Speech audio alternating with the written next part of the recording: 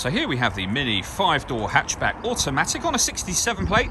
I'm going to start off by showing you inside the boot, and then we'll run through some controls on the inside of the car after that. So as you'll see, we've got plenty of boot space in this car, along with that 60/40 split folding rear seat should you wish to increase the space even further. And this tray section will fold and store behind those rear seats to give you even more space, as you can see. Okay, now that we're inside the car, we're going to start with the dials. On the left-hand side, we have the rev counter, we have the speedometer in the middle, and the fuel gauge on the right-hand side. Also in the middle, you can see the total miles for this car, which are 26,482. The information displayed above that can be changed by pressing a button on the end of the indicator stalk for various bits of trip computer and fuel economy information, or that digital readout for the speedometer that you see being displayed now.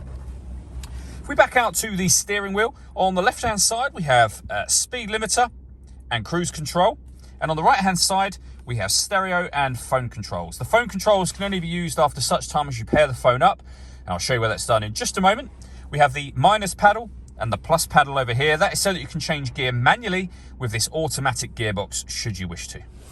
So over in the centre we have the stereo for the car. You can use this dial to go through any of these settings you want. If you want to, for example, pair your phone, you then push this button in and follow the instructions on screen. We're going to go back, and you can go all the way back to the main menu by pressing menu if you wish to.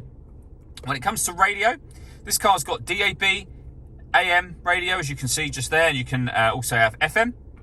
If you want to listen to your own music, you do that under the multimedia heading.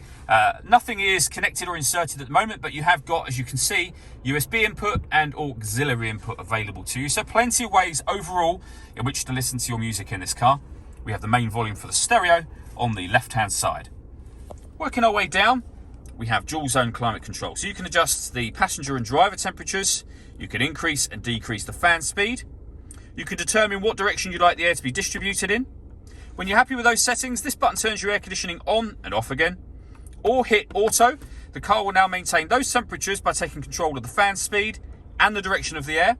To override it, just press the auto button and you'll go back to whatever setting you previously had it on, and you can turn it on and off very easily. We have heated driver seat and passenger seat, both with 3 different heat settings on each, as you can see.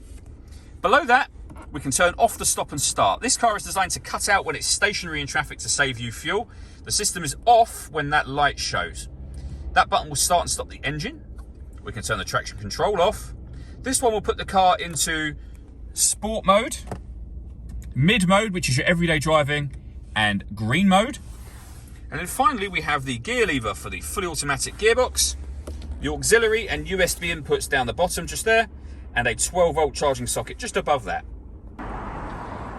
All that leaves me to say is thank you for taking the time to watch this video. If you'd like to come and see the car for yourself and have a test drive, please feel free to call any of our MJA sites. We'd love to hear from you soon.